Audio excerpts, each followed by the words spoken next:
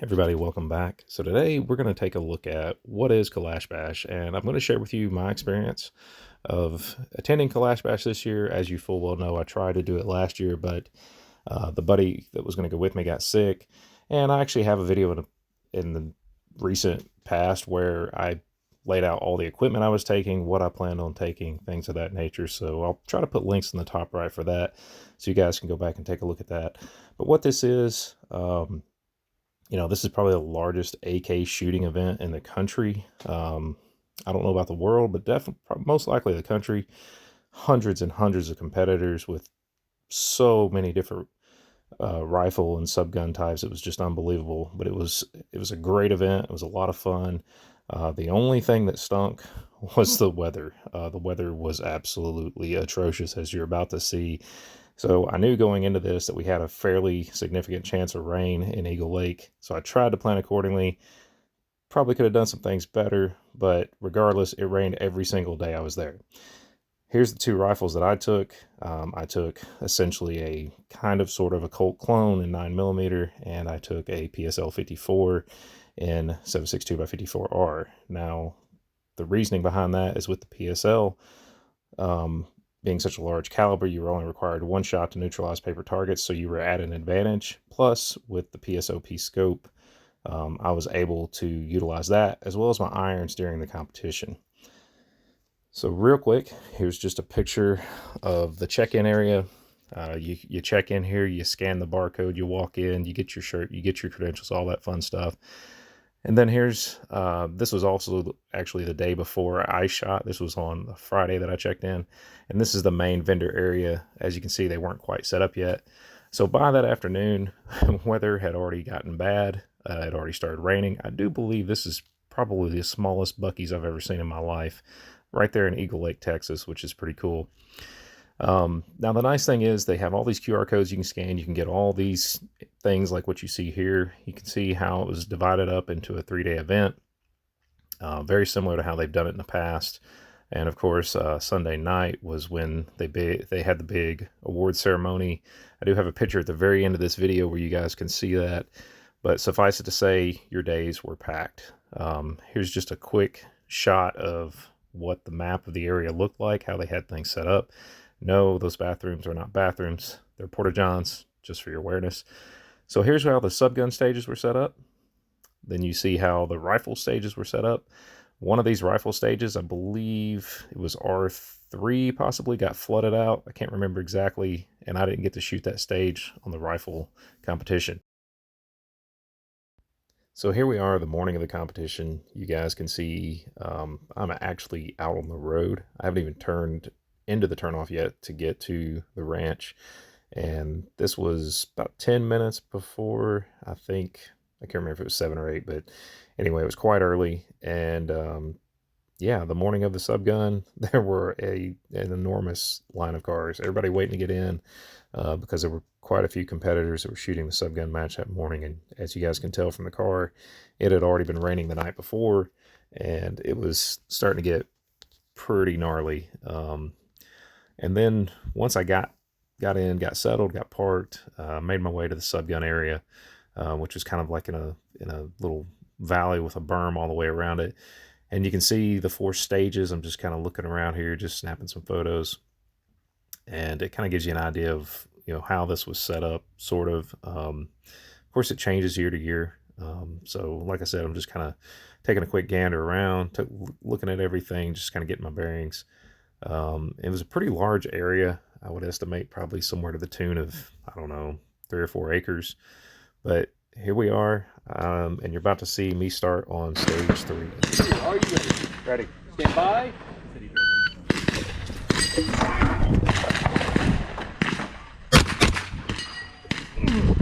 One way.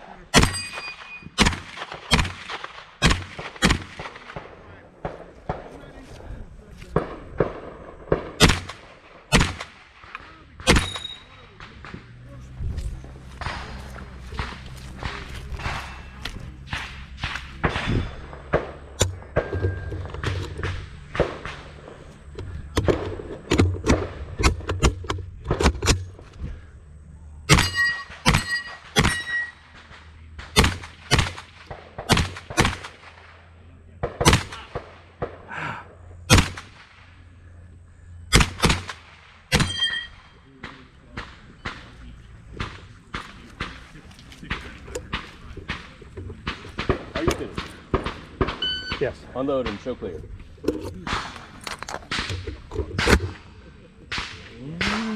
Firearm is clear. So let's recap real quick. As you guys can see, I ran that stage extremely slow. Now, in my defense, this is my very first match. I nearly broke the 180 once, but I caught myself, thank God. I didn't get DQ'd. It's not easy. So now let's take a quick look at what it looks like for a pro to run this stage.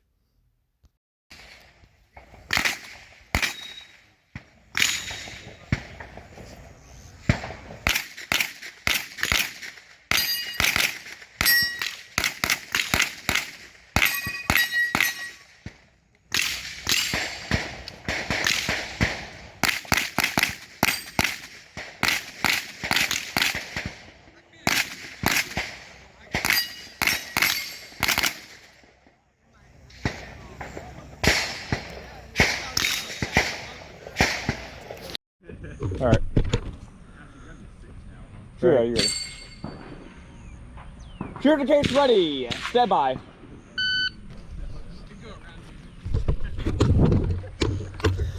All right, guys, so the part you're not seeing here, this is the second stage that I shot. I was the first shooter. Nerves were already rattled pretty good. And upon essentially grabbing the gun, racking it, I immediately had a double feed, had to drop the mag, had to clear it, and then had to sort of try to regain my composure and continue on with the stage.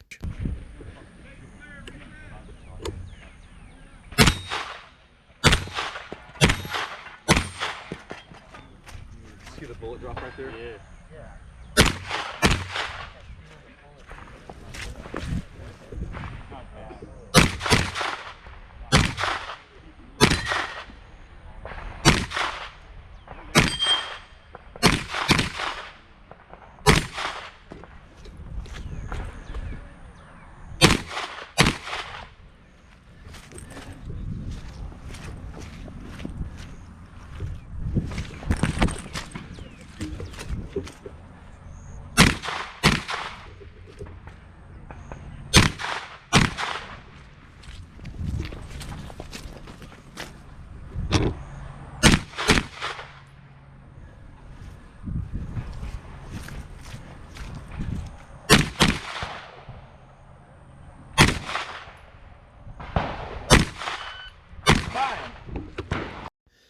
So this is the second to last stage of the Subgun match. After this one, for whatever reason, my GoPro decided it just didn't want to play nice anymore.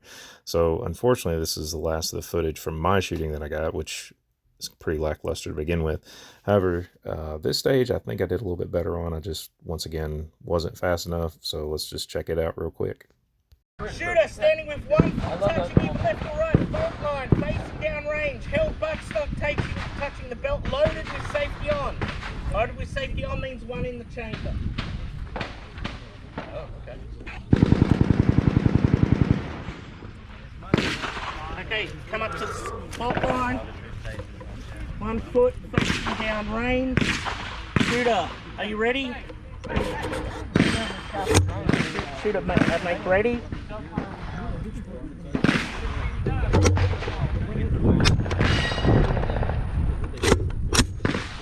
Okay, shooter ready. Ready? Ready. Stand by.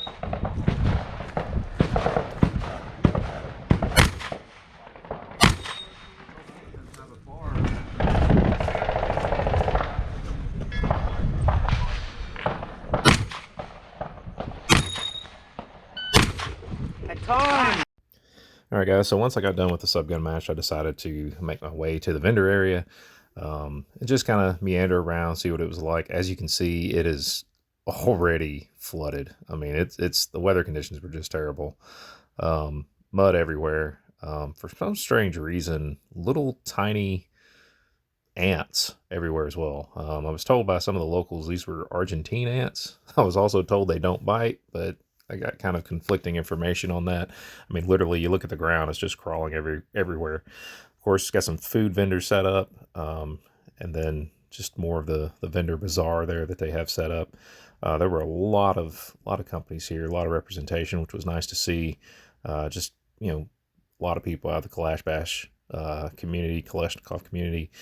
They did have areas like covered areas where you could actually eat, or you could just stand around and eat. I mean, it was pretty cool. Now, this guy was hilarious. Notice the cardboard cutout of Clay. Coolest thing was, I mean, he was dressed up as Clay, and he actually presented this to him the night of the awards night on Sunday night, which was hilarious. Then you got some other people, you know, just kind of LARPing here, which was kind of neat. You know, to each their own. A lot of people have fun doing it. I might do it too. This guy had a really cool Mandalorian getup, complete with the microphone, the speaker, all that cool stuff. Just thought it was kind of neat. And then I saw somebody appear out of the woods. You guys will recognize that individual. That is indeed Brandon Herrera. As soon as he got down to the area where the food trucks were, he got bombarded and he quickly left. Can't blame him. I probably would too if I had that much popularity. So I did make my way over to Third Pin Threads. Picked up another shirt for myself there, as well as picked up a hat from my buddy James Roth over at J&M Firearms. It was pretty. They had some pretty cool designs for t-shirts and stuff. Just some general photos here of me kind of looking around, just checking things out. It was a little muddy under the tent, but not bad. But, you know, just a lot of vendors set up everywhere. And then, of course, you have this area, which was a lot of your live fire tents. We'll say that for a lot of fun devices. We'll say that as well. There was a very large variety of different things you could shoot there. You just basically pay for your ammunition and shoot. So let's get back to the rifle competition.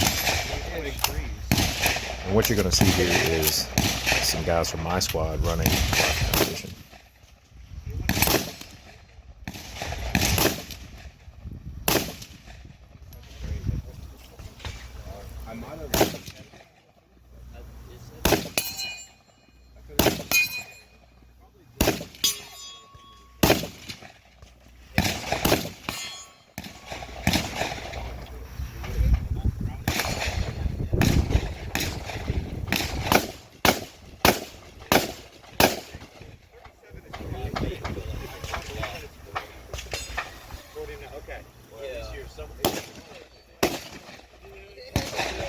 Lucky.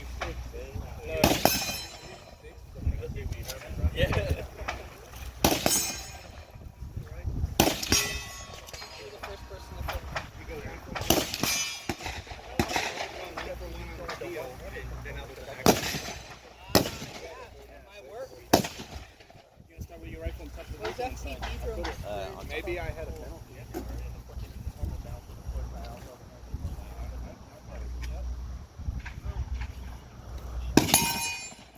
So this guy was running a Yugo M76. Now, unfortunately, what happened is he had some mag issues and ended up timing out on the match, but he did shoot quite well.